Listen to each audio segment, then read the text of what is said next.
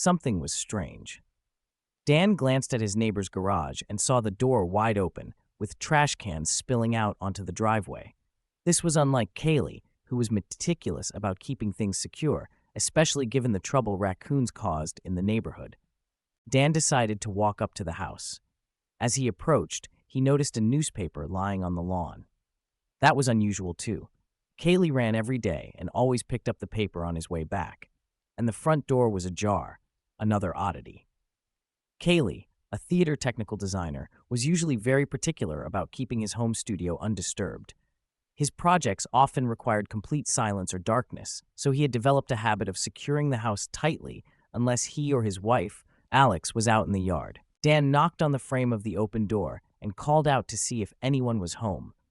Just as he was about to call again, he saw Kaylee lying motionless on the floor in the doorway of his studio.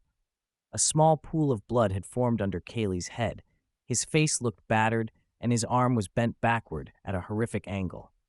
Bruises covered the parts of his body not hidden by clothing. Kaylee had been viciously beaten and left there, without any help.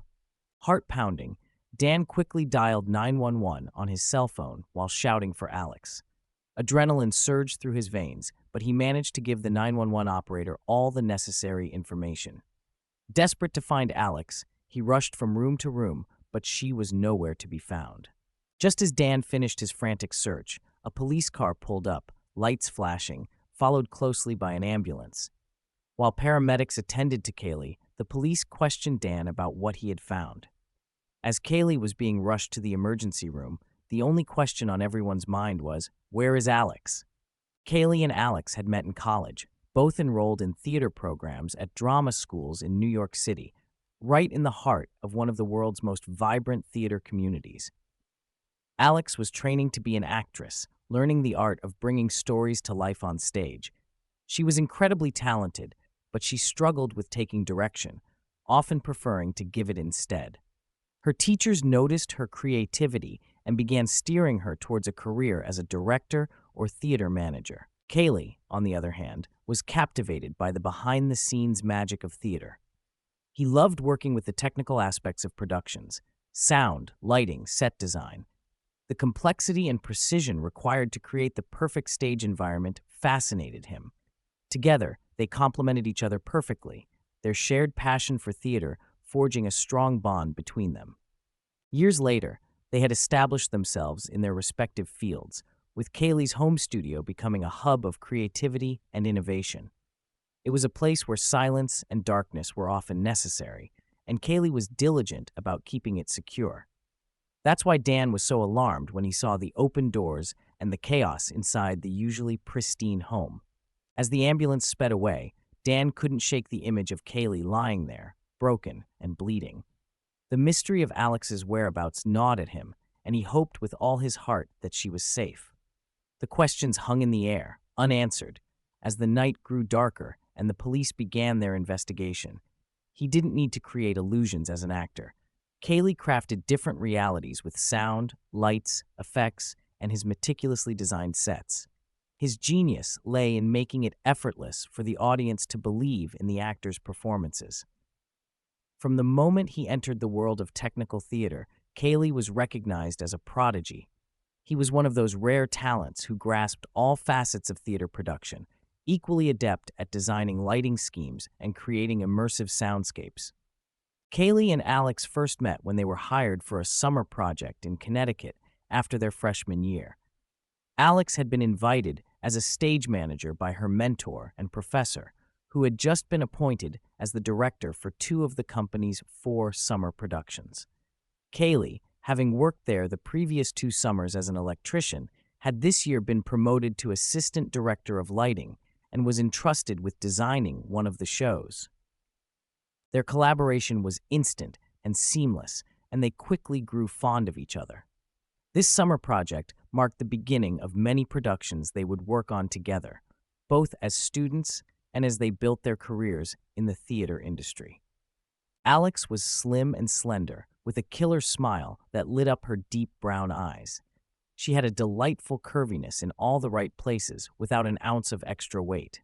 Her long, tanned legs often peeked out from the shorts she preferred to wear, and her outerwear was just conservative enough to say, "Please behave yourself," while still hinting, "I may have a surprise for you." Kaylee, on the other hand, was strikingly handsome. An avid runner, he often claimed his best ideas came to him during his morning workouts, when his mind was free from the chaos of everyday life. He looked every bit the part of someone who exercised regularly, though in truth, the physical demands of his work, lifting, climbing, and setting up, served as a perfect substitute for formal strength training. Fit and trim, Cayley was confident that his active work in theater would keep him in shape for life. For 2 weeks, they shouted instructions to each other from opposite ends of the theater, focusing lights, positioning special effects speakers, and rehearsing lines. Their professional rapport grew stronger until they finally had a chance to sit together in the control booth to program the signals on the light board. As they worked side by side, their camaraderie blossomed into something more. When their work was done, Alex leaned over and kissed Cayley on the cheek. "I really enjoy working with you," she said, her voice warm and sincere. "I look forward to coming here every day because of you." Cayley smiled and kissed her back, but his kiss landed not on her cheek. Alex responded, and their intimate moment in the control booth grew increasingly heated. Just then, the door to the theater downstairs opened and slammed shut as the director walked in, calling up to them. "Cayley, Alex, are you guys done yet?" The director's voice echoed through the theater, breaking their moment. Cayley and Alex exchanged a glance, their connection undeniable, and with a mix of anticipation and excitement, they prepared to face the next phase of their collaboration, both on stage and off. "We need to lock up." They quickly cleaned themselves up and descended from the stall, trying to maintain an air of nonchalance. "It's all set, and you're going to love it," replied Alex, hurrying down the stairs with Cayley close behind her, both intent on concealing their little rendezvous. As filming began, their time together became increasingly precious. Alex traveled daily with her professor from her apartment in town, while Cayley stayed at home, just a short drive in the opposite direction. One night, Alex's professor couldn't make it to the show, as she had stayed in town to celebrate her daughter's birthday. Alex was left in charge, but had no place to stay. Cayley offered her a guest room in his house. His parents were spending the summer on the Cape, so there was plenty of room. Alex was thrilled at the prospect, not thinking they would need much space. One bed would be enough. By the time they reached his house, it was late. Alex had fallen asleep in the car, and Cayley, not wanting to take advantage of her exhaustion, decided to be the perfect gentleman. She was special to him, far different from the superficial girls he had met at college parties or theater gatherings. When they arrived, Cayley led Alex to her designated room, making sure she was comfortable before sneaking into his own room to rest. He figured there would be plenty of time to visit the next day. As he drifted off to sleep, he vaguely felt the door to his room open and someone slip into bed with him. Soft, slender arms wrapped around him, and he felt the sweetest kiss linger on his lips. It felt incredibly good. Cayley, get Dr. Kent, he's waking up, Cayley!" His vision flickered, and the harsh fluorescent lights of the hospital room came into focus. He was disoriented, only one eye able to see clearly. He tried to sit up but was held down, immediately beginning to struggle against the restraints. Easy, Cayley. You've been in rough shape, but we'll get through this. Don't fight us." Cayley's mind raced, trying to piece together what had happened. The last thing he remembered was the softness of Alex's arms and the sweetness of her kiss. Now, confusion and pain clouded his thoughts as he struggled to understand his surroundings and how he had ended up in such a dire situation. "We're on your side." Cayley relaxed slightly on the bed, focusing on the post-op nurse who was speaking to him. She assured him that Dr. Kent would be there soon to explain everything. "What's wrong with my eye?" Cayley asked, alarmed when he realized his eye was heavily bandaged. "You were badly hurt, but I must wait and let the doctor talk to you," she replied gently. "Calm down, he'll be right with you." True to her word, Dr. Kent arrived shortly. He examined Cayley and began explaining his injuries in detail. Cayley had been severely battered. His eye was bandaged because it had sustained at least one serious blow. The optical surgeon had repaired a detached retina, and the fractures around his eye socket had also been mended. Kaylee had suffered a severe concussion from the impact, and the medical team was relieved that he still had control over his speech. His arm was badly broken and now encased in a cast. He had narrowly escaped death from a ruptured spleen and internal bleeding. The doctor emphasized that if a neighbor had found him an hour later, he might not have survived. His nose and several ribs were also broken. Kaylee had been unconscious for 2 days since he was found, and the medical team was still trying to determine the time of the attack to figure out how long he had been left unattended. "I don't remember the attack," Kaylee said, his voice filled with confusion and frustration. The doctor frowned and started asking Kaylee a series of questions. When he realized that Kaylee couldn't recall any details about the weekend or even the Friday before the attack, he shifted to more general inquiries. As the questioning continued, Dr. Kent discovered that Kaylee's memory loss extended back to before his encounter with Alex in freshman year. Kaylee had suffered severe memory loss due to the attack, and only time would tell how much of his memory would return. Detective Porter, assigned to investigate Kaylee's case, was visibly disturbed by this revelation. His timeline of events leading up to the attack hit a dead end on the previous Friday when Kaylee had disabled his home security system. The biggest mystery remained: where had Alex been all this time? Senior year passed in a blur for Kaylee. He saw Alex regularly, and their love grew stronger every day. By the end of the year, both had established promising careers. Kaylee worked consistently as a designer for several small suburban theaters and often assisted well-known designers backstage at prominent downtown theaters. Alex landed a backstage job with a major opera company at Lincoln Center. It was a stable position with excellent benefits, offering her a lifelong career opportunity. They rented a small apartment just around the corner from her theater, immersing themselves in the vibrant performing arts scene of the city. They thrived in their creative endeavors, enjoying the bustling energy of New York's theater community. Their days were filled with rehearsals, set designs, and performances, while their nights were spent exploring the city and sharing their dreams. Despite the challenges and the shadows of the past, Kaylee and Alex built a life filled with passion and artistry. Their love, much like the productions they worked on, was a testament to the resilience and beauty of the human spirit. He remembered the tender moments they had spent together, moments that were now like fragments of a cherished dream. She had a knack for decorating and shopping with impeccable taste, and their apartment had been furnished so lavishly that it had become a popular hangout for their friends. He was a gourmet cook, and whether he was preparing a dinner for a group of friends or a candlelit meal for just the two of them, she always rolled her eyes in delight at his culinary creations. Her eyes would roll in bed, too, in sheer ecstasy. Kaylee woke up in a cold sweat, still lying in the hospital bed. Alex. How did Alex fit into his life now? He had been told about the amnesia and how slowly his memories could return. He had been warned that these attacks would happen occasionally, where he would almost relive his life as the oldest lost memories came back first.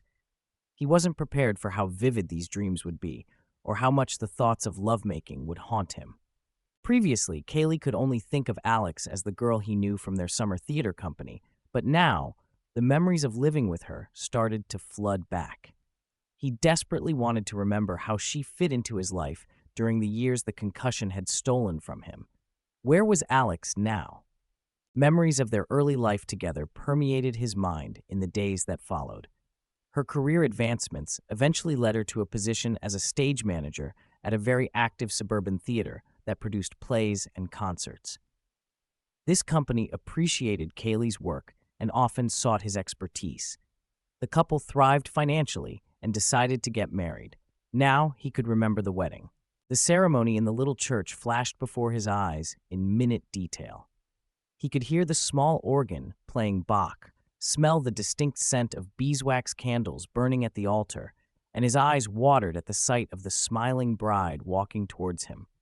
He could even taste the delicious food from the little Greek restaurant where they held their wedding feast. They danced, hugged family and friends, and then traveled to the small inn where they would spend their wedding night. Everything was beautiful. In their room, a fire burned in the brick hearth located right at the foot of their bed. They stood by the flickering flames and kissed, swaying to music that wasn't there. With tenderness, he undid the buttons on her satin dress. As elegant as she looked in it, the glow of the fire further emphasized her beauty when she stood before him naked. Her body was exquisite, and she slowly approached Kaylee, enclosing him in a loving embrace. He responded to her passionate kisses, pulling her down onto the bed. These memories, so vivid and intense, brought a sense of warmth and nostalgia, but also a deep yearning. Kaylee's heart ached with the desire to fully remember his life with Alex and to understand where she was now.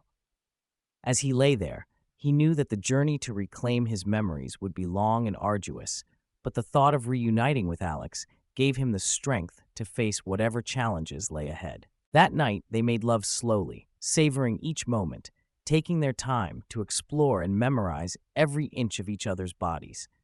They kissed each other's skin tenderly and thoroughly, and when they finally finished, they lay there staring into each other's eyes for hours.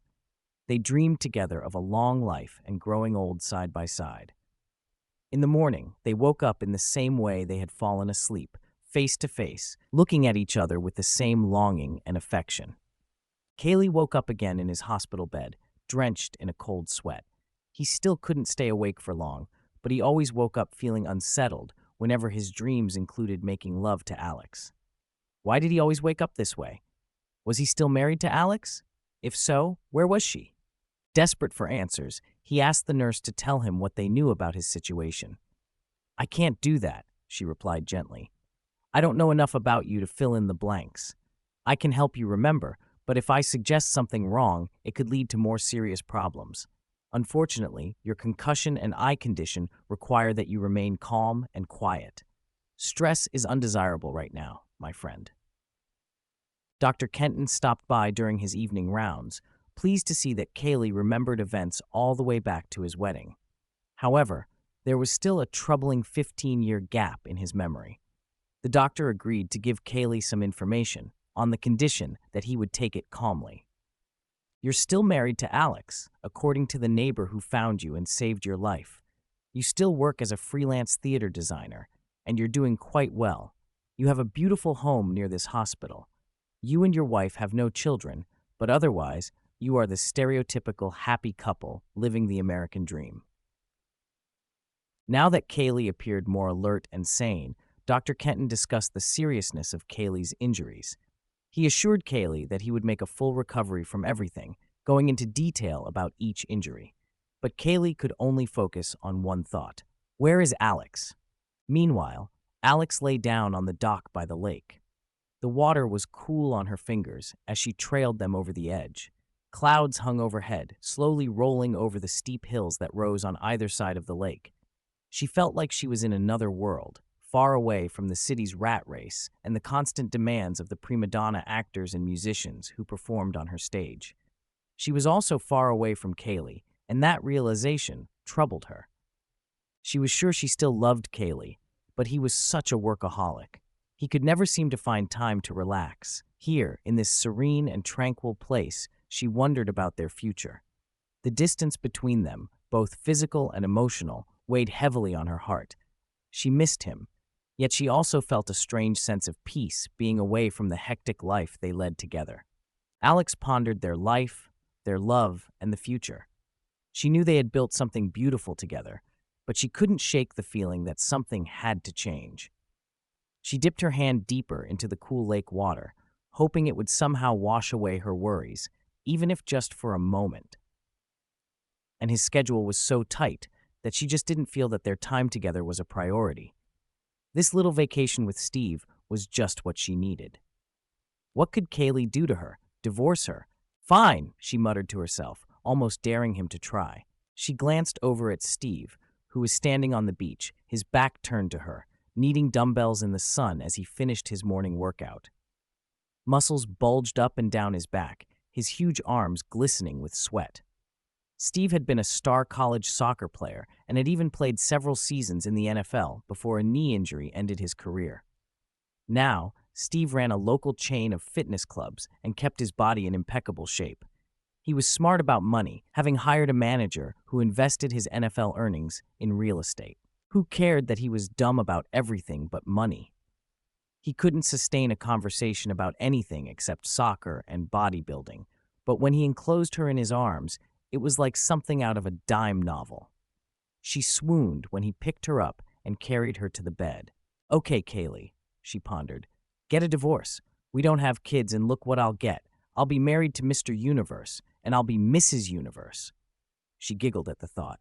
"I'll trade the dusty theater for a gym where I can work out whenever I want or spend all day admiring bodybuilders in lycra tights if I feel like it." She couldn't wait for him to call. After Kaylee had confronted them at the house when they'd left last Friday, she had half expected to be served divorce papers by now. She picked up her phone for the 100th time that day to make sure it was working and ready for his call. The battery was charged. The signal was full, thanks to the convenient tower she'd spotted at the top of the hill, and the ringer was on loud. But there were no calls from Kaylee. They hadn't called her from work either, as she'd arranged this week of vacation months ago. Kaylee hadn't called in a week after begging her not to go with Steve. How could you beg someone for attention one minute and then not call for a whole week? And now it was Friday, and she hadn't heard from Kaylee. She sat on the dock, her naked body glistening from a week's worth of sunbathing all day and visiting various wineries and taverns each evening. She loved the Finger Lakes. The evening sun illuminated everything around them so beautifully. Why did Kaylee always insist on vacationing at the cottage on the Cape?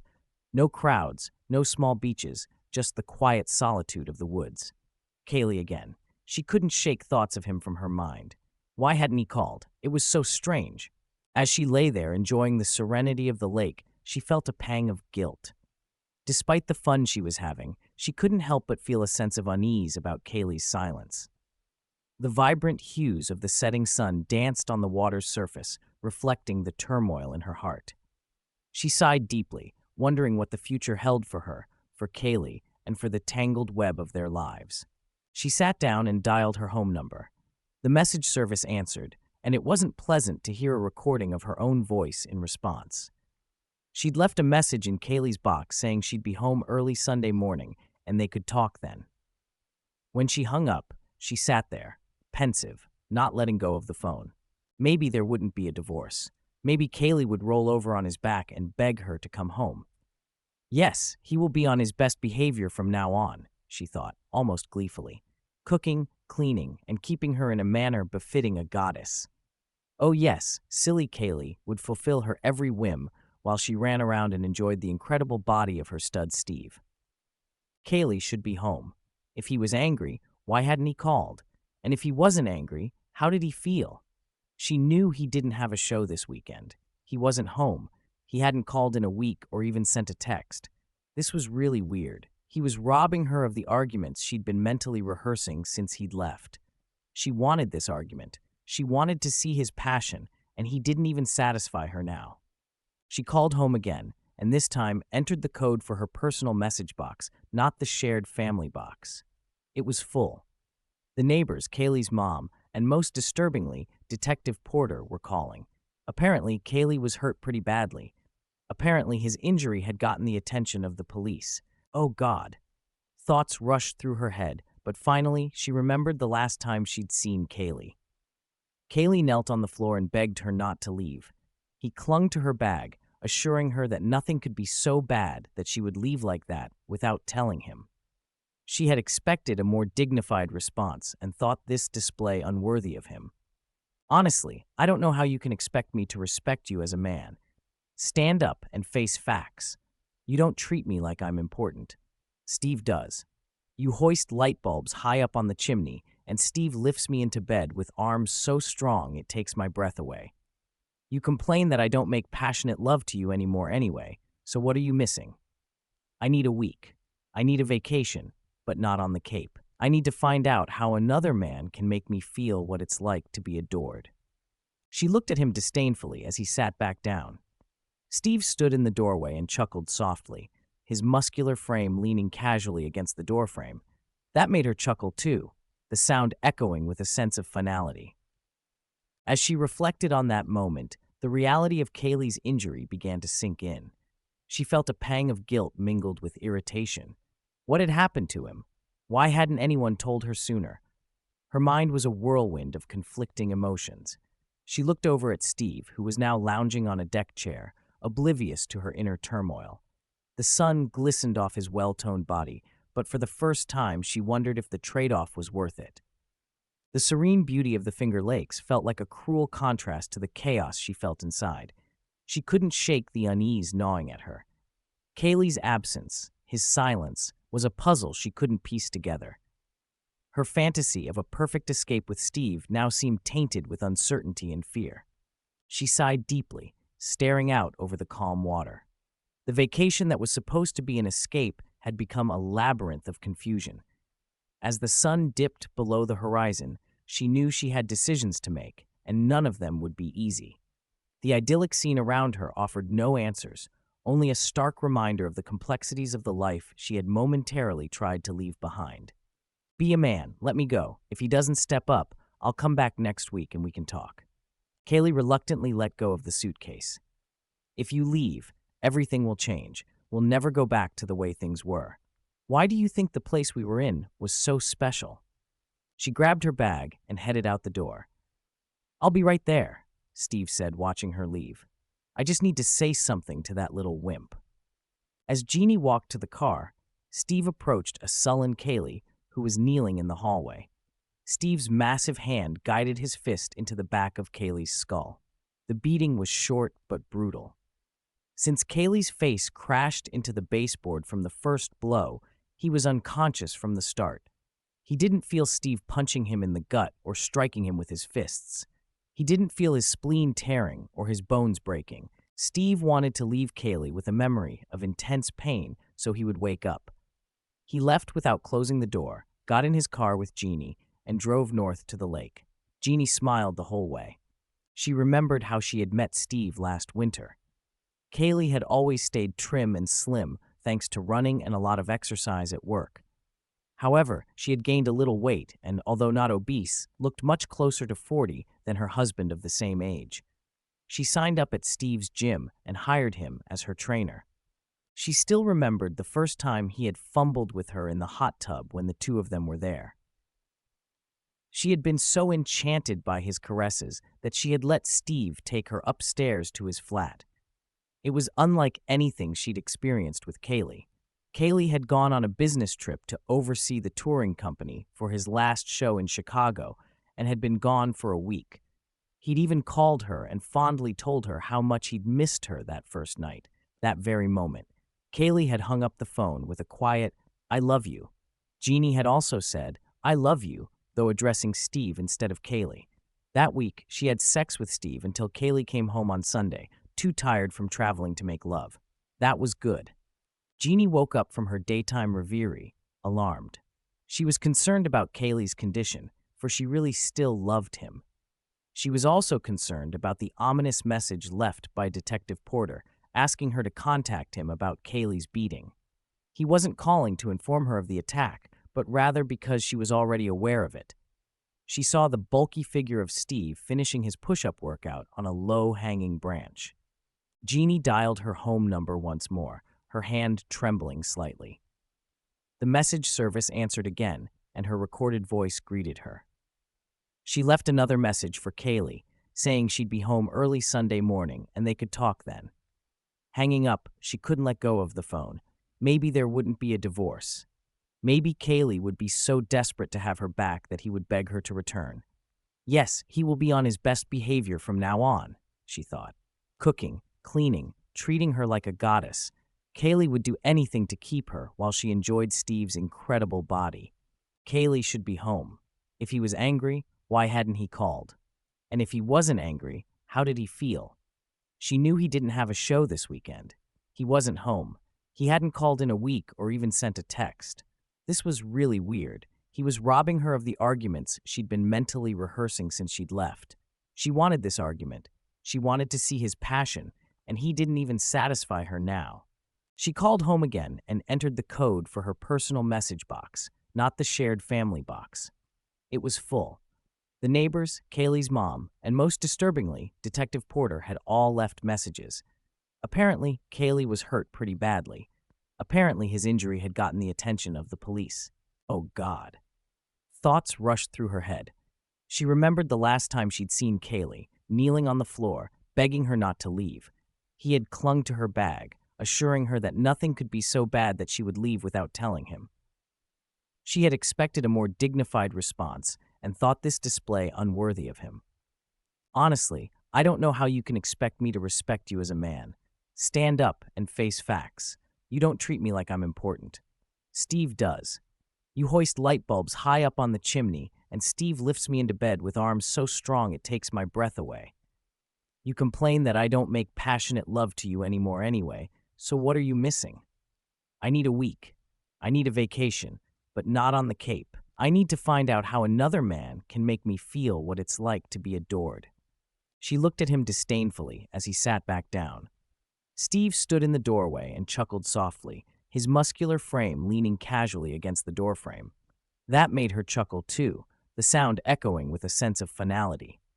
As she reflected on that moment, the reality of Kaylee's injury began to sink in. She felt a pang of guilt mingled with irritation. What had happened to him? Why hadn't anyone told her sooner? Her mind was a whirlwind of conflicting emotions. She looked over at Steve, who was now lounging on a deck chair, oblivious to her inner turmoil. The sun glistened off his well-toned body, but for the first time, she wondered if the trade-off was worth it. The serene beauty of the Finger Lakes felt like a cruel contrast to the chaos she felt inside.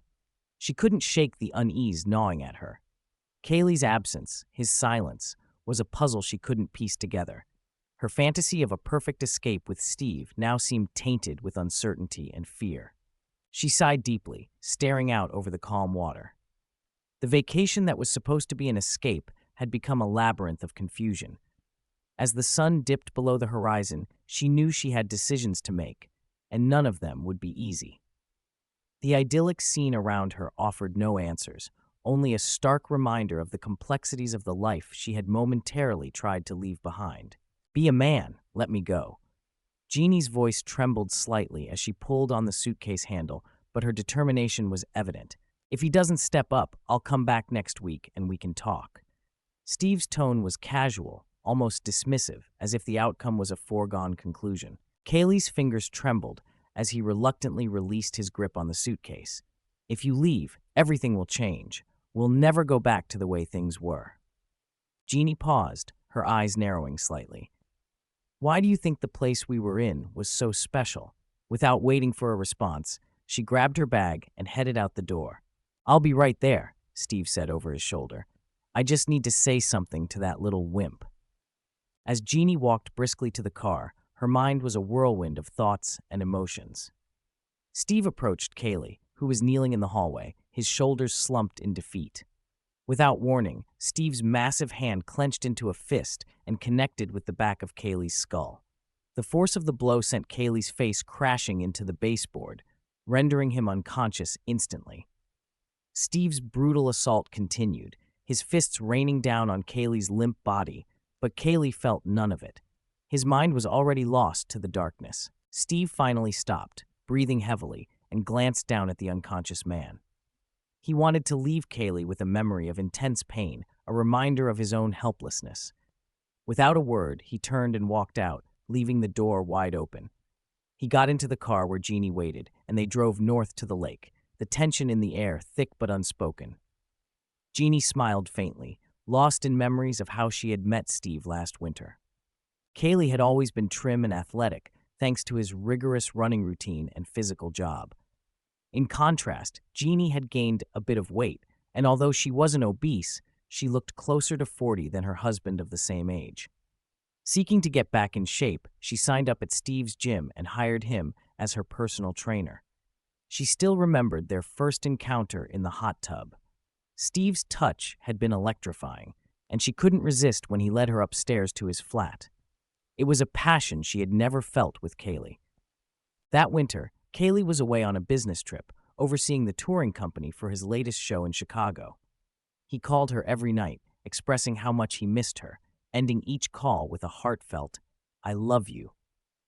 Jeannie had echoed the sentiment, but her thoughts were on Steve. That week, she and Steve had been inseparable, their physical connection growing more intense each day. By the time Kaylee returned on Sunday, exhausted and unable to make love, Jeannie's mind was made up. Her reverie was abruptly shattered by the reality of Kaylee's beating. Despite everything, she still cared for him. The ominous message left by Detective Porter lingered in her mind, his voice echoing with an urgency she couldn't ignore. He wasn't just informing her of the attack. He knew she was already aware of it. She glanced over at Steve, his hulking figure finishing a push-up workout on a low-hanging branch. Doubts began to creep in, but she pushed them aside, focusing on the path ahead. "Steve, what did you mean when you said it's settled? He's defeated." Steve looked up from his drink, eyes narrowing. "What do you mean?" "Last Friday at my house, when we were leaving and you came out of the house following me, you said it's settled. He's defeated." "What did you mean by that?" Steve smirked. "Oh, just marking my new territory. I had to let him know who's boss. There's only one in charge in any pack, kid, and I'm going to make sure I'm yours." Jeannie's heart sank. "Steve, what have you done?" "I punched him in the nose, got a little rough on him. No big deal," Steve replied, shrugging it off. "Steve, the police left a message on my answering machine. Kaylee is badly hurt." Steve's expression didn't change. "Not me, baby," he lied smoothly. "He was awake and moaning when I left. Maybe he got sick after he got drunk, or a mugger beat him up after we left." Jeannie's eyes widened in panic. "We have to go back." "No way," Steve replied firmly. "We have 2 more days to sunbathe and drink, and 2 more nights to have sex." "Steve, this is serious. Kaylee is badly hurt, and the police will get suspicious that I wasn't there and I didn't make contact. It won't be good if you hit him. He'll come in beaten up and we won't come back. You want to trade 2 nights of sex for 2 years in jail?" She bolted into the house, heart pounding, and hastily packed up their belongings. When she returned, Steve was stowing his dumbbells in the trunk of the car. "Okay, maybe you're right," he conceded, annoyance flickering across his face. "Let's go." They threw the bags in the trunk, locked the cab, and sped south. The tension between them was palpable, and the silence heavy. On Friday morning, the bandages were removed from Kaylee's eyes. His body clock was finally free from the effects of trauma and anesthesia from the surgeries. He was alert, even flirting with the nurses. Repeated conversations with the police had so far yielded nothing, which was frustrating for Detective Porter. Kaylee fondly remembered his pleasant home life with Jeannie, his work on the show until about a year ago. He also remembered some big project involving his studio, something to do with his recording equipment and sound effects. It kept him busy, but he couldn't figure out what it meant. He also remembered the intense pain. Somehow it was connected to the pain in his head, but he couldn't figure out how. He slept soundly on Friday night, knowing that he would be able to go home on Saturday. Meanwhile, as Kaylee drifted into a peaceful slumber, Jeannie came home to a dark and empty house. Her mind was a storm of guilt, worry, and regret. Steve carried her bag into the house, both of them halting in their tracks at the sight of a notice taped to the door. It proclaimed the house a crime scene, now processed and cleared for the occupants to return. Alex's heart raced as they stepped inside. Her eyes widened in horror at the large puddle of dried blood on the hallway floor where Kaylee had lain. She turned to Steve, her voice trembling with accusation. "Just a punch in the nose, huh?" Steve's face reddened with guilt. He knew he might have gone too far in his rage, and leaving Kaylee in critical condition without help could mean serious charges beyond simple assault. His mind raced for an explanation. "We can't tell the cops I hit him," Steve said, his voice low and urgent. "We have to say that I left first, taking your bag to the car, and that he was fine when you left." "This is bad, Steve. This is really bad." Alex's voice quivered with fear. "Stick to the story, and everything will be fine," Steve insisted. "We'll look like heels for leaving and not being around him, but they won't be able to pin anything on us." Alex's eyes flashed with disbelief. I was in the car. Anything they pin on you is going to be on your sorry hide, not mine. Breaking up with Kaylee, even divorcing him, is one thing. Going to jail for beating him up is another." Steve's eyes were steely. "You were with me, kid, and you heard me say he was defeated. You're in this with me. I may not be the smartest guy on the block, but I know what an accomplice is. Alex's heart pounded as she realized Steve was right. She wouldn't be able to explain their sudden departure unless they claimed they'd left Kaylee in good shape, leaving room for someone else to have beaten him up. How had she gotten into this mess in the first place? With a sinking feeling, she agreed with Steve, and they began to rehearse their story. By the time they had crafted their alibi, it was nearly midnight. Alex reluctantly called Detective Porter, who insisted on meeting them at the police station immediately. The urgency in his voice left no room for argument. Alex wanted to go to the hospital first, but Detective Porter was firm. He told her that Kaylee had been medically discharged and was likely resting. He pointed out that she had delayed visiting Kaylee when he was in critical condition, and even now she had gone home instead of heading straight to the hospital. There was no reason to disturb Kaylee's peace, which was essential for his recovery. As Alex hung up the phone, her mind was a whirlwind of guilt and dread. The story they had concocted felt flimsy, and she couldn't shake the feeling that they were on the brink of disaster. But there were questions that demanded answers. Alex kept her silence until the detective suggested a patrolman pick her up and drive her to the station. She and Steve were separated and taken to the station, where they were questioned individually. Both had rehearsed their story meticulously. They responded with a series of "I don't know" and "I can't remember." They admitted they had been in the house and seen Kaylee. They confessed that he was very upset when they left, but insisted he was physically unharmed. Detective Porter was skeptical, but had no evidence to support his doubts. He knew Kaylee was being discharged from the hospital today, so he decided to keep both of them in isolation until Kaylee was settled and he could alert him that his wife was coming home. Besides, it might make Steve and Alex think the other had spilled the truth, possibly prompting them to speak more freely. Porter waited patiently for Dan, Kaylee's neighbor, to bring him home. Kaylee, still sore from the brutal attack, cautiously made his way outside and waved for Porter to come in. Dan's wife, Kim, had arrived earlier and cleaned up the bloodstains from the hallway. The house was now tidy, welcoming, and filled with the aroma of a home-cooked meal.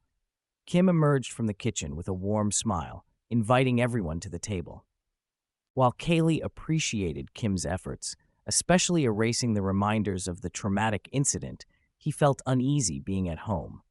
His mind coldly replayed the events of the past week up to the day of the attack, and the missing fragments haunted him. After dinner, Kim and Dan tidied the kitchen and said their goodbyes. They assured Kaylee that the neighbors would check on him every hour or two throughout the weekend, and that he should call if he needed anything. As they left, Detective Porter lingered, looking Kaylee in the eyes. "She'll be home soon, you know that?" "I know. She's been here before," Kaylee replied, glancing at Alex's bag by the door. "I held them off today to make sure you're okay and ready to meet her. He'll probably be with her." "I'm ready," Kaylee said with a determined tone, his resolve clear. Detective Porter noted Kaylee's steadfastness. "I want to show you something." Kaylee led Porter into his studio. The detective was taken aback by the array of sound, digital imaging, and computer equipment filling the room. Kaylee's studio was a technical marvel, a stark contrast to the chaos his personal life had become. Porter's eyes scanned the room, impressed. "This is quite a setup. Do you think any of this could help us piece together what happened?" Kaylee hesitated, then nodded slowly. "Maybe. There are recordings. I kept logs of everything. If there's something we missed, it might be here." With renewed purpose, Kaylee and Porter began to sift through the digital files, hoping to uncover the missing pieces of the puzzle that had shattered Kaylee's life. Kaylee led Detective Porter over to a sleek computer workstation connected to a large mixing console. "This is my main sound recording setup. I have a lot of interesting files here. Some of them I'd forgotten about until just a minute ago. One memory has been plaguing me for the last day or two. It had to do with a project I was working on, but couldn't quite remember." He paused, his eyes narrowing in concentration. "When Dan and Kim left, it reminded me of another couple leaving the house last Friday, just before I was attacked. I may have been recording something when they came to call and didn't turn off the recorder. Perhaps there's an audio file here that will explain what happened if something went down after they left. I might have recorded everything from the time Alex and Steve left until the recorder reached its 12-hour limit. Porter nodded, intrigued. I have to take this to our lab. Kaylee's eyes flashed with determination. I wish you wouldn't do that. I'd be happy if you'd let me fight my own battles. Detective Porter considered Kaylee thoughtfully. He didn't need to be suspicious. He knew Kaylee was determined to repay the humiliation and pain Steve had inflicted on him the previous week. Kaylee, I love to watch a good bare-knuckle brawl, but unfortunately, I will have to arrest both participants and witnesses. Kaylee's lips curled into a slight smile. I also love to watch an outsider come back strong and take back what he lost. Steve is a big guy and trains hard in his gym, but that doesn't matter. Porter shrugged. Hey, what I don't know won't hurt me. Just give yourself time to heal longer. Kaylee nodded in agreement. Detective Porter wished him the best and made sure Kaylee saved his phone number on the speed dial list of his cell phone. That evening, Steve brought Alex home from the county jail. Her hair was disheveled and her clothes were rumpled. They both entered the house, but Steve lingered by the door while she walked alone into the living room. Hi, she said meekly, her voice barely above a whisper. Kaylee just stared at her with a distant, unreadable expression. I heard you were hurt, so I came home early. Inside, he was a storm of emotions. Everything inside him was exploding with anger and betrayal. He wanted desperately to leap out of his chair and berate her for her feigned concern, for coming home 2 whole days early from a trip she shouldn't have taken to have an affair he couldn't understand or approve of. But outwardly, he maintained a facade of calmness. Alex stood there, uncertain and anxious, her eyes searching his for any sign of forgiveness or understanding. The silence between them stretched, thick with unspoken words and unresolved feelings. Kaylee knew this was only the beginning of the battle to reclaim his life and dignity. That's right. Kaylee's voice was steady, betraying no emotion. Alex was taken aback. After he'd begged her to stay, crying and clutching her bag, she had expected a more volatile reaction. Are you okay now? She asked, searching his face for any hint of the man she once knew.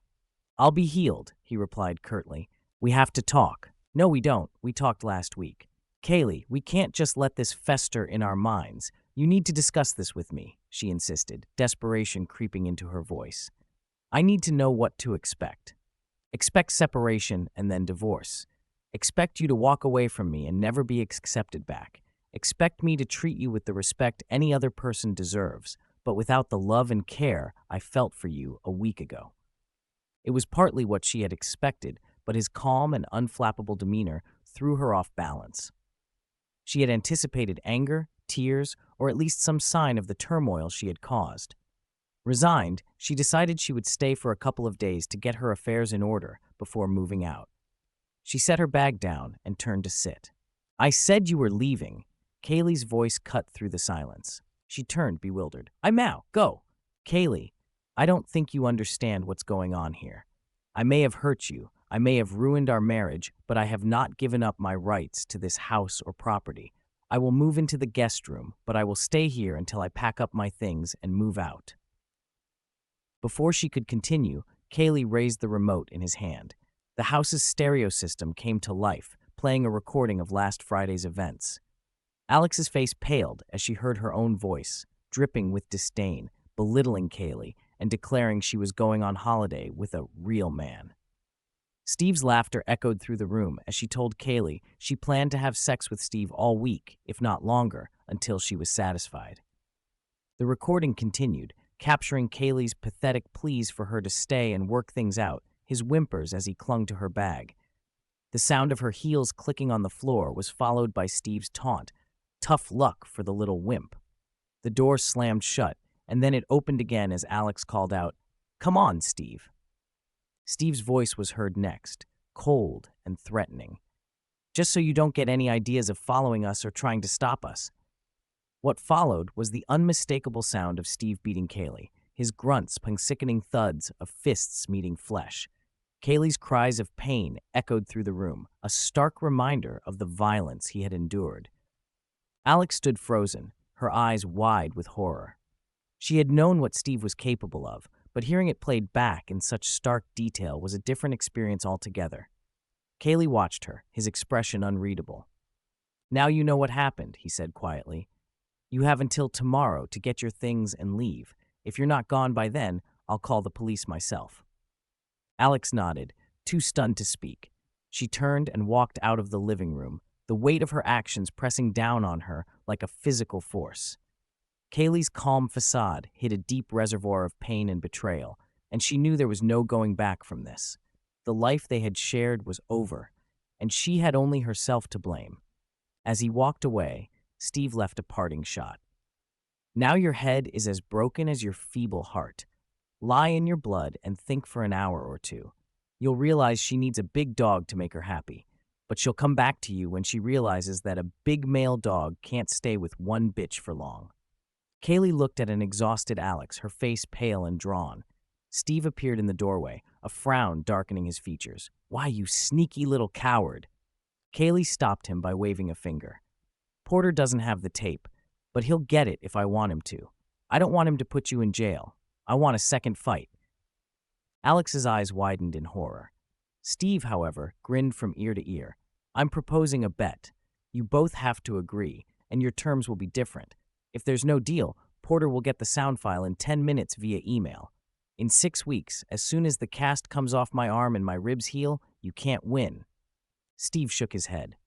"No, I couldn't win after that cheap shot last week. This time we're going to fight fair and square. No sneaking up from behind and cold stabbing an unsuspecting victim.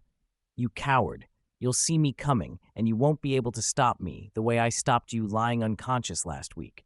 Are you sure you can win on those terms? With your bare hands, man to man, no weapons, I'll tear you apart." Kaylee's eyes blazed with determination. "Bet on your gym." Steve hesitated, looking at him again. He wasn't willing to take a risk on this scale. He owned the gym and the building it was in. There were several offices in the building that housed profitable tenants, making it an incredible cash cow. His apartment occupied the top floor, a luxurious space overlooking Long Island Sound. Steve didn't believe Kaylee could be anything but a weak competitor to an athlete like him. Sure, David had defeated Goliath, but David had a slingshot. "Bet all your gyms," Kaylee insisted, his voice unwavering. Steve's face twisted with a mixture of anger and amusement. "You really think you can beat me? Fine. If you win, you get my gyms. But if I win, you leave town. Forever. You and Alex will be a distant memory." Kaylee nodded, his resolve unshaken. "Deal. 6 weeks from now, we settle this." Alex looked between the two men, her heart pounding with fear and confusion. She had never imagined things would escalate to this point. The room was thick with tension as the two men stared each other down, each determined to emerge victorious. As the agreement was made, Detective Porter remained in the background, watching the scene unfold with a critical eye. He knew this wasn't just about the gyms or even Alex. It was about pride, redemption, and settling scores. The stakes were higher than either man fully understood. That evening, Steve brought Alex home from the county jail. Her hair was disheveled, and her clothes were rumpled. They both entered the house, but Steve lingered by the door while she walked alone into the living room. "Hi," she said meekly, her voice barely above a whisper. Kaylee just stared at her with a distant, unreadable expression. "I heard you were hurt, so I came home early." Inside, he was a storm of emotions. Everything inside him was exploding with anger and betrayal. He wanted desperately to leap out of his chair and berate her for her feigned concern, for coming home 2 whole days early from a trip she shouldn't have taken to have an affair he couldn't understand or approve of. But outwardly, he maintained a facade of calmness. Alex stood there, uncertain and anxious, her eyes searching his for any sign of forgiveness or understanding. The silence between them stretched, thick with unspoken words and unresolved feelings. Kaylee knew this was only the beginning of the battle to reclaim his life and dignity. Steve paused, reflecting on his burgeoning business. Not only did he have a flagship club, but he had 6 thriving branches across the city. The success was so overwhelming that he was even considering selling the franchise. "What? Put all that against your house and all that fancy electronic equipment? Are you out of your mind?" "No," Kaylee replied coolly. "My house and equipment are not for sale." Steve's eyes narrowed. You're putting this record and all copies on the line. You're staking jail time and the loss of all your assets later in civil court. You're putting your business, your real estate on the line. A heavy silence filled the room as Steve realized the gravity of what Kaylee was proposing. He was going to have to fight for his freedom. And your cars? Kaylee added, knowing full well how much Steve valued his collection. Steve had several vintage and late-model Corvettes, one from each decade starting in the 50s. They were his pride and joy, and the whole town knew it. The stakes were incredibly high, but Steve still thought Kaylee was nothing. Done. And the lake house? Kaylee pushed further. Steve's face contorted with a mixture of anger and frustration. Okay. All the cards are in your hands, aren't they? Kaylee's eyes were steely. I'll risk everything. Steve scoffed, but there's really no risk. I'll grind you down. Kaylee glanced at Alex. She had listened to him rolling out the stakes for Steve, and now it was her turn to see where she stood. If I win, I want everything, and for you to leave. Not to contest the divorce, not to take anything from this house or our cottage, not a dime from our bank account or investments. You have to watch every minute of the fight. You also have to live with Steve until the fight, and if I win, for a whole year afterward. Alex flinched but nodded in agreement. She knew Steve was strong, but she also knew what kind of shape Kaylee was in, how much he ran. She'd seen him handling spools of cable and pipes backstage that usually required two people to move. Kaylee, she whispered, her voice trembling. He looked at her with the same blank expression, and she felt a pang of guilt for not understanding him sooner. What if I'd rather bet on you? Remember, you already made that choice last week. This week, your choice is freedom or prison. Fade to black. The weeks passed quickly, and Kaylee spent them recovering his strength. He ran every day, pushed himself harder in physical therapy, and visualized the upcoming fight. He knew Steve was strong, but Kaylee had the advantage of determination and a plan. Alex, meanwhile, was torn. She stayed with Steve, feeling his overbearing presence and harsh attitude, while Kaylee's unwavering resolve haunted her. She couldn't shake the feeling that she had made the wrong choice, but it was too late to turn back now. Kaylee's anticipation grew as the days inched closer to the fight. He felt the weight of his own words and the importance of standing up not just for his dignity, but for a future free of manipulation and betrayal. He trained tirelessly, channeling all his anger and frustration into each punch, each stride, each breath. On the day of the fight, the tension was palpable. Alex watched from the sidelines, her heart pounding. Steve entered the ring with a smug confidence, but Kaylee's eyes were focused, determined. The stakes were clear, and both men knew there was no turning back. As the bell rang and the fight began, it was not just a battle of strength, but of willpower and resilience. The outcome would determine their futures, and neither was willing to give up without a fight. He started doing lighting projects again, immersing himself in the work that had once been his passion. His absence had left a void in the scene, and his return was met with enthusiasm and relief. Yet at every turn, he was asked about the attack, but he refused to divulge details. The circumstances surrounding his wife were the source of rampant rumors. It was widely known that Alex was now living with Steve, a fact that fueled speculation and gossip. People in the theater community, who knew Kaylee for his stubbornness and tenacity, waited to see what he would do. None believed he would quietly endure the beating and the perceived kidnapping of his wife. The stories of Alex abandoning Kaylee in his hour of greatest need, coupled with the respect and affection the community held for Kaylee, made her a pariah. The night of the fight finally arrived. Kaylee entered the gym in a simple t-shirt and sweatpants, exuding quiet confidence. Steve was already in the ring, clad in flashy boxer shorts and a t-shirt emblazoned with the gym's logo. Alex sat sullenly at a table, clutching an envelope that contained Steve's titles and contracts, their betting stakes. Steve was surrounded by a boisterous crowd of friends, staff, and gym clients, all cheering him on and teasing him about the easy win they believed lay ahead. The room fell into a hush as Kaylee stepped in. With his lean runner's physique, he looked almost insignificant next to Steve's bulging muscles. Kaylee walked past Alex, placing his folio of contracts and records on the table next to Steve's desk. He climbed into the ring and declared, "Let's go. No calls, no referees, No stoppages until one of us is defeated. Steve smirked, swaggering to the ropes and holding out his hand to Kaylee. Without hesitation, Kaylee ignored the gesture and delivered a sharp punch to Steve's nose. Steve reeled back, stunned, as a trickle of blood flowed from his right nostril. "No bells," Kaylee shouted, launching another punch.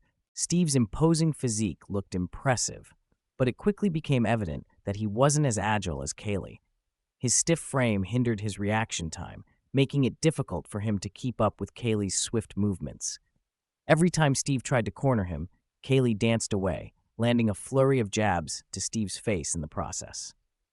The crowd watched in awe as Kaylee's relentless assault began to take its toll on Steve. His face grew swollen, and his movements became sluggish. Steve realized too late that his position was no better in the center of the ring. Kaylee, though smaller, had a significant advantage in speed and stamina. He kept up a relentless pace, while Steve, exhausted from throwing heavy punches, found his best efforts barely reaching their mark. Steve's supporters began to quiet down as it became clear that the fight was not going as they had expected. Kaylee, driven by a mix of anger and determination, continued to wear Steve down. Each punch he landed was a reminder of why he was there, to reclaim his dignity and to show that he was not to be underestimated. In a final burst of energy, Kaylee unleashed a series of rapid punches that left Steve dazed and struggling to stay on his feet. The once boisterous crowd was now silent, the tension in the room palpable. Kaylee's unyielding spirit shone through, and it became clear that he was fighting for more than just a win. He was fighting for his self-respect and his future. As Steve staggered and fell to the mat, the room erupted in a mix of shock and admiration. Kaylee stood over him, breathing heavily but victorious. He had proven his point in the most decisive way possible. Alex watched, a mixture of emotions playing across her face, as Kaylee turned and walked away from the ring, leaving no doubt about his resolve and strength. As Steve tired, Kaylee began to throw punches to his body. Each hit landed with precision, further weakening Steve's defenses. It wasn't long before Steve's arms grew heavy and drooped. Kaylee seized the moment, stepping closer and pulling him apart. "That's enough, Steve. You can barely stand. You can't defend yourself. You've lost."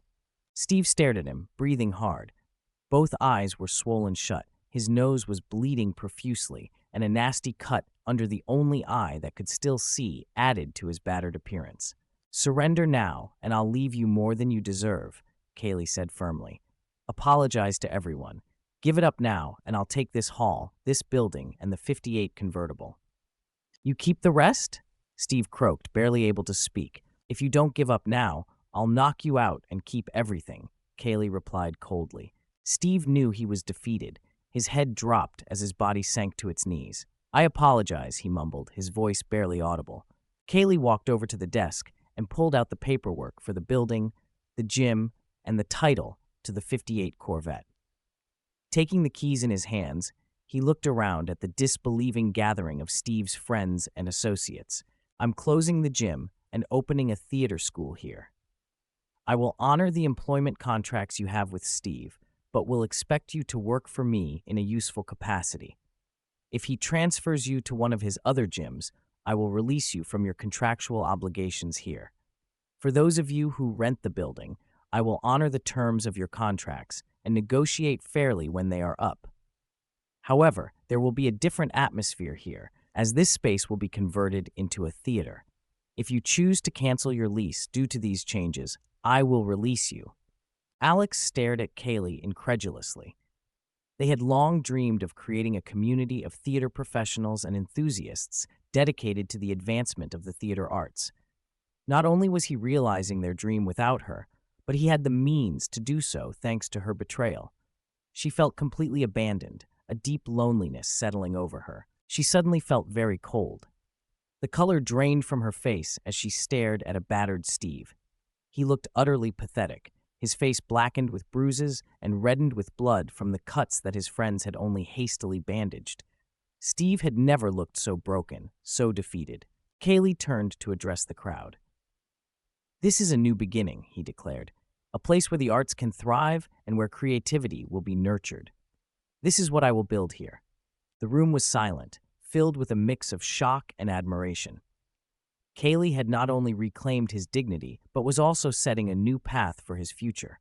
Alex realized with a sinking heart that she was no longer a part of it.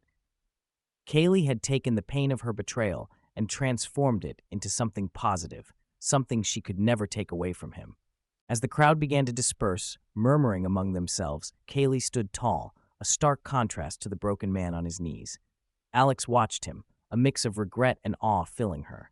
She had lost him, and in losing him, she had lost herself. Steve, now a shadow of his former self, remained on the floor, surrounded by the ruins of his arrogance. Kaylee's victory was complete, and the future was his to shape.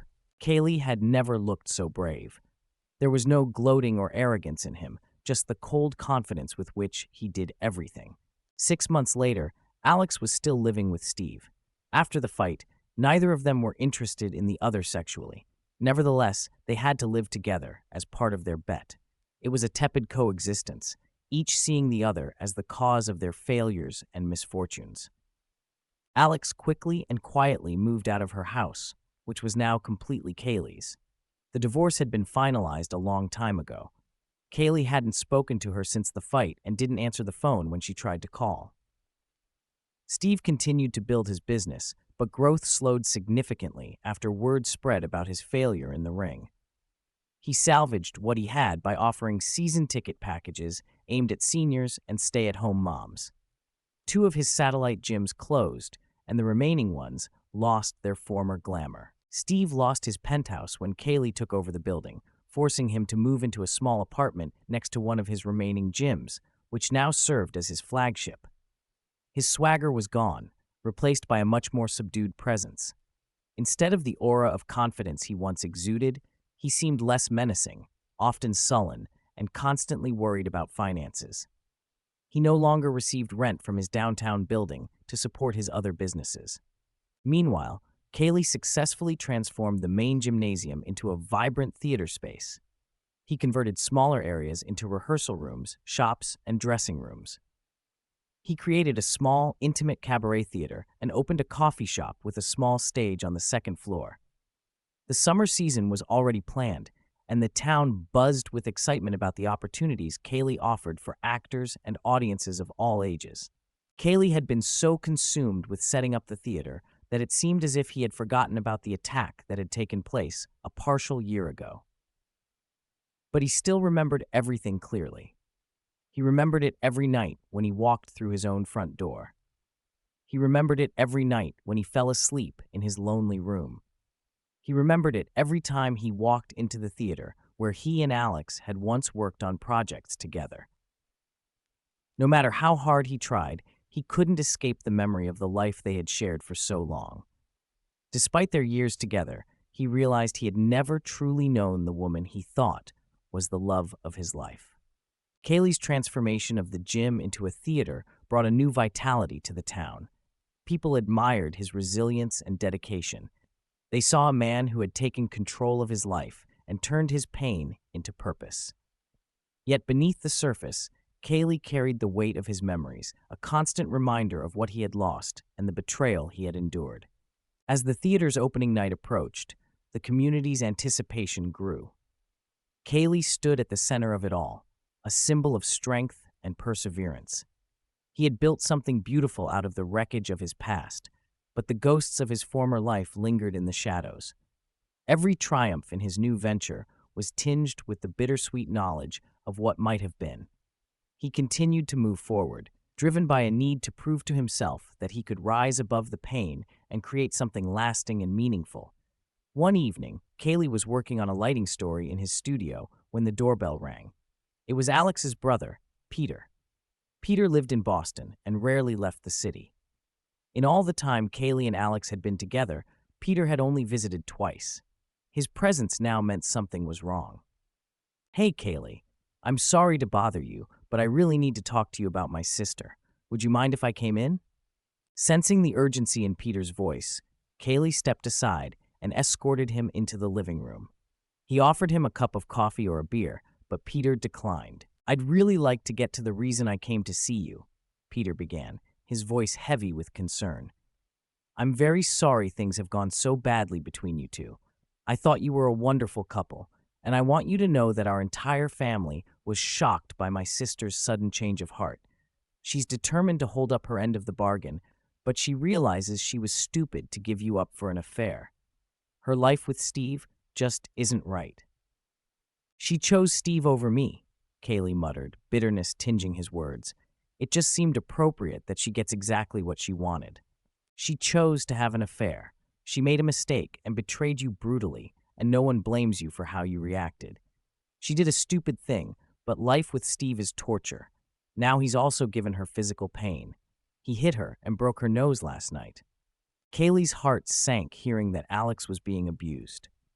He had wanted her to come to terms with Steve's flaws, his early American style of dress, his life as a gym rat, his sexist comments and selfish attitude, his inexhaustible vanity. "Take me to her," Kaylee said to Peter, resolve hardening in his voice. "She's in the car. She doesn't want to come in. She's too proud. She didn't want me to come in, and she's really mad. I just want you to release her from her promise to live with Steve for a year. She doesn't want to do it, but I think he'll hurt her more next time." Kaylee slowly stood up and headed for the door, Peter following right behind him. "Please talk to her gently, Kaylee. She's been through hell, and though she brought it on herself, she's suffered enough already." Kaylee walked over to the car and opened the door. Alex sat there, her face bruised and eyes full of sorrow and regret. "Please come in," he said softly. "We need to talk." Alex looked up at him, her eyes welling with tears. She hesitated, then slowly got out of the car. Kaylee led her into the house, and they sat down in the living room, the air heavy with unspoken emotions. "I'm sorry, Kaylee," Alex began, her voice trembling. "I know I messed up.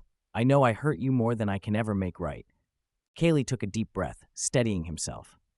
"Alex, I don't know if we can ever go back to what we had, but I can't stand by and let Steve hurt you. No one deserves that." Tears streamed down Alex's face as she nodded.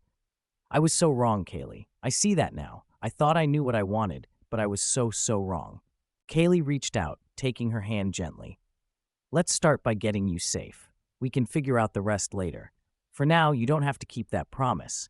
You don't have to stay with Steve."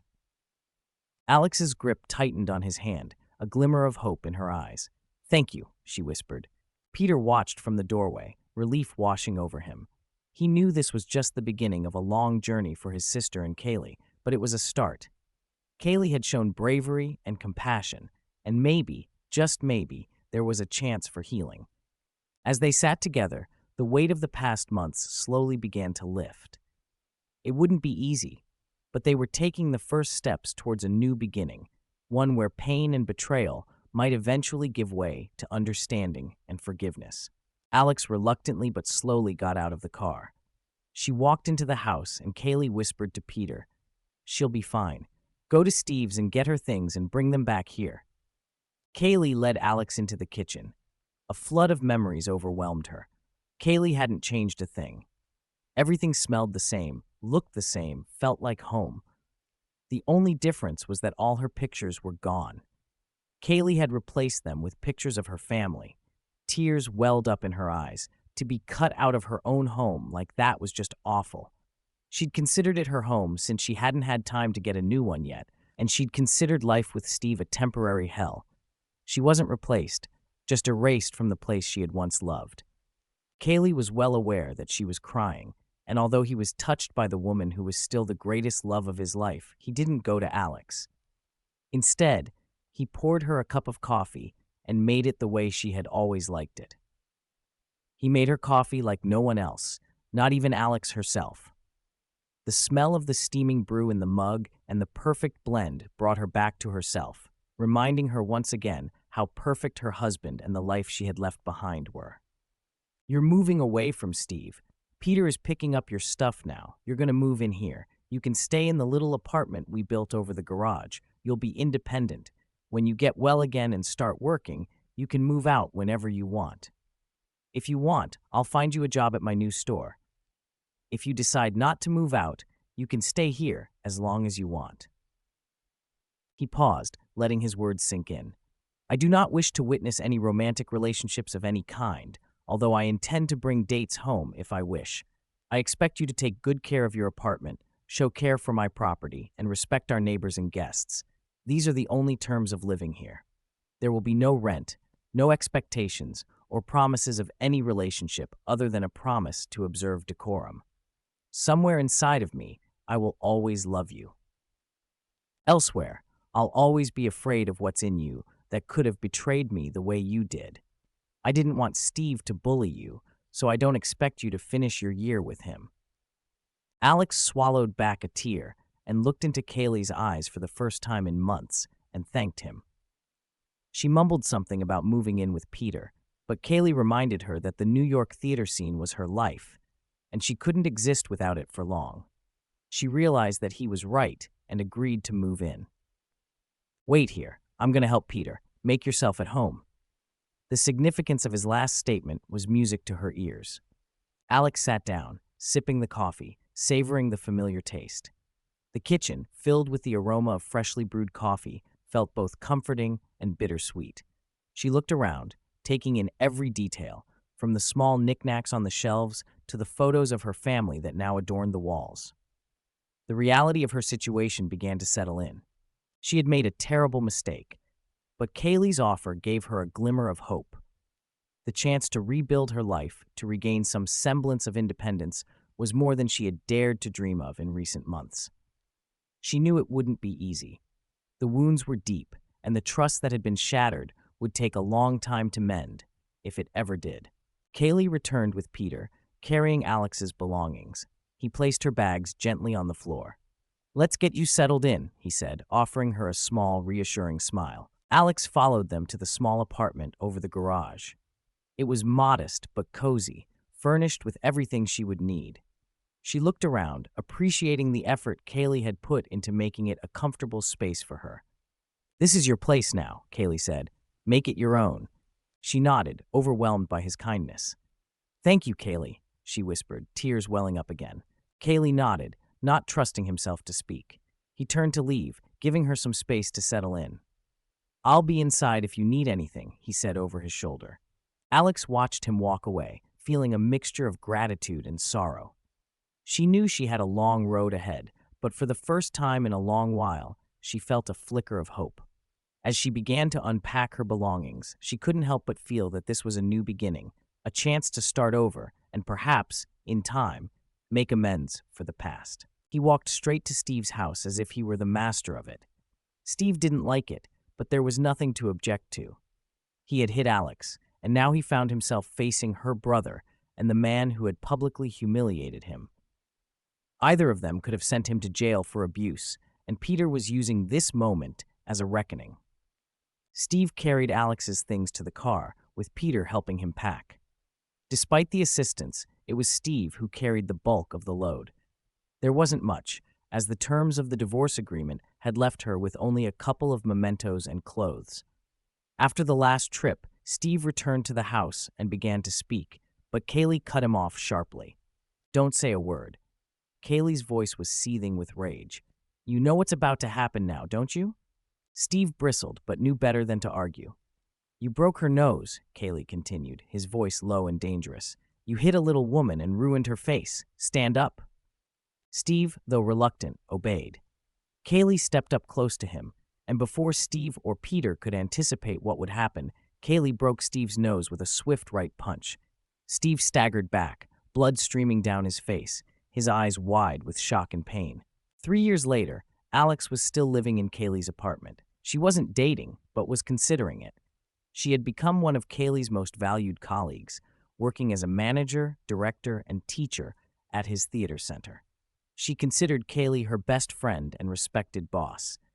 She had written a play that had been successful in regional theaters and published by a major publisher. She was financially independent and was becoming more like the old Alex. Kaylee's decision to welcome Alex back into his life had been taken as a significant gesture by his neighbors, family, and the theater community. She was accepted in those circles almost as fully as she had been before, though no one had forgotten her past actions. Steve, on the other hand, had sold his business and, after some reflection, realized he didn't like the person he had become. He eventually found a use for his college degree in physical education by taking a job at a local elementary school.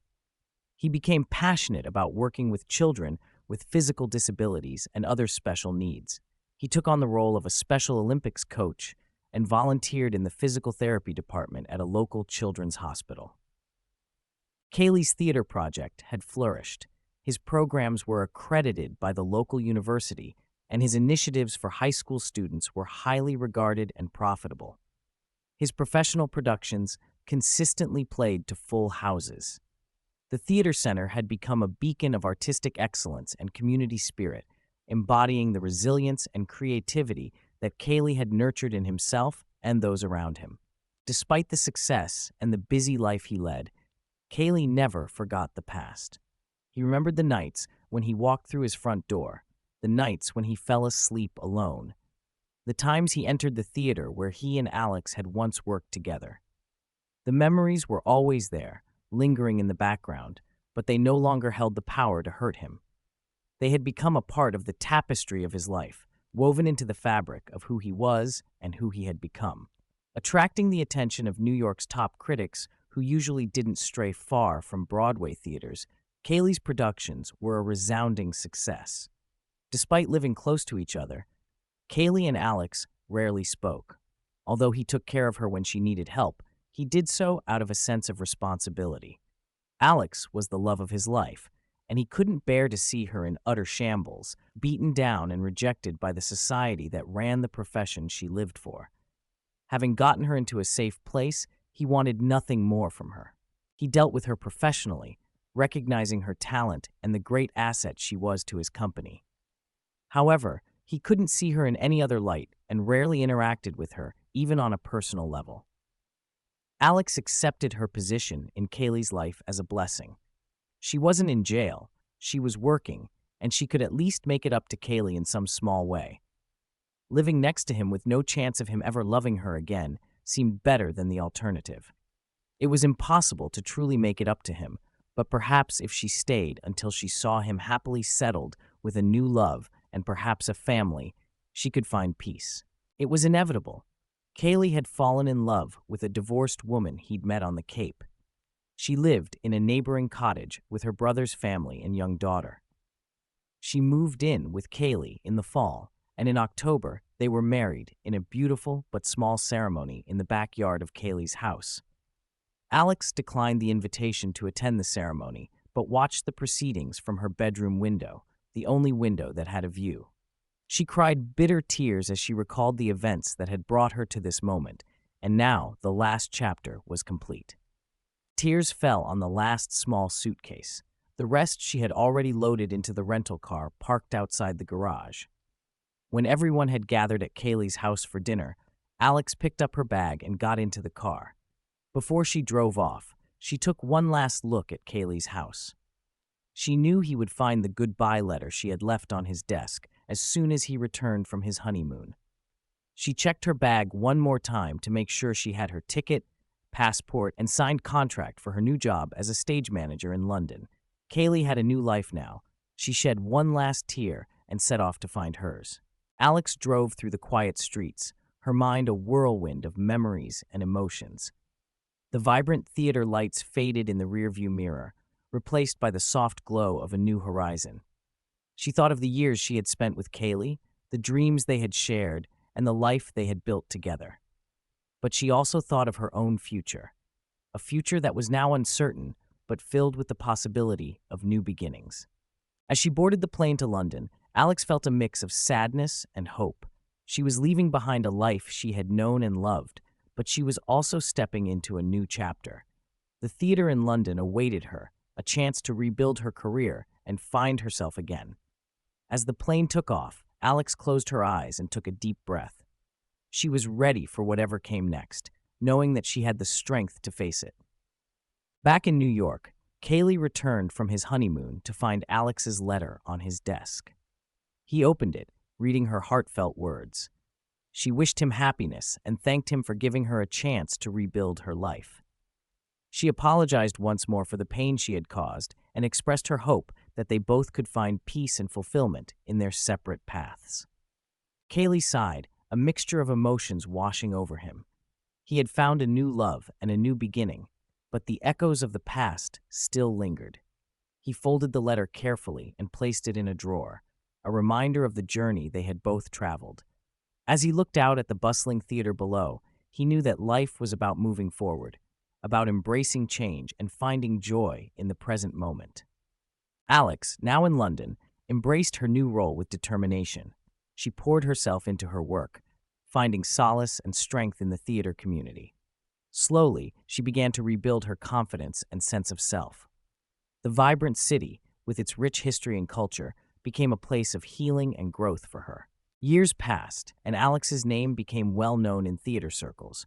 She directed acclaimed productions, mentored young artists, and found a new family among her colleagues. Though the scars of the past remained, they were softened by the new memories she created. As for Cayley, his theater continued to thrive. His productions were celebrated, his programs expanded, and his new family brought him joy. He never forgot Alex, but the pain of their shared past faded into the background, replaced by the vibrant present and hopeful future. In the end, both Cayley and Alex found their own paths to happiness. Their lives, once intertwined, now ran parallel, each filled with their own successes and challenges. They had both learned the power of forgiveness, the importance of resilience, and the possibility of new beginnings.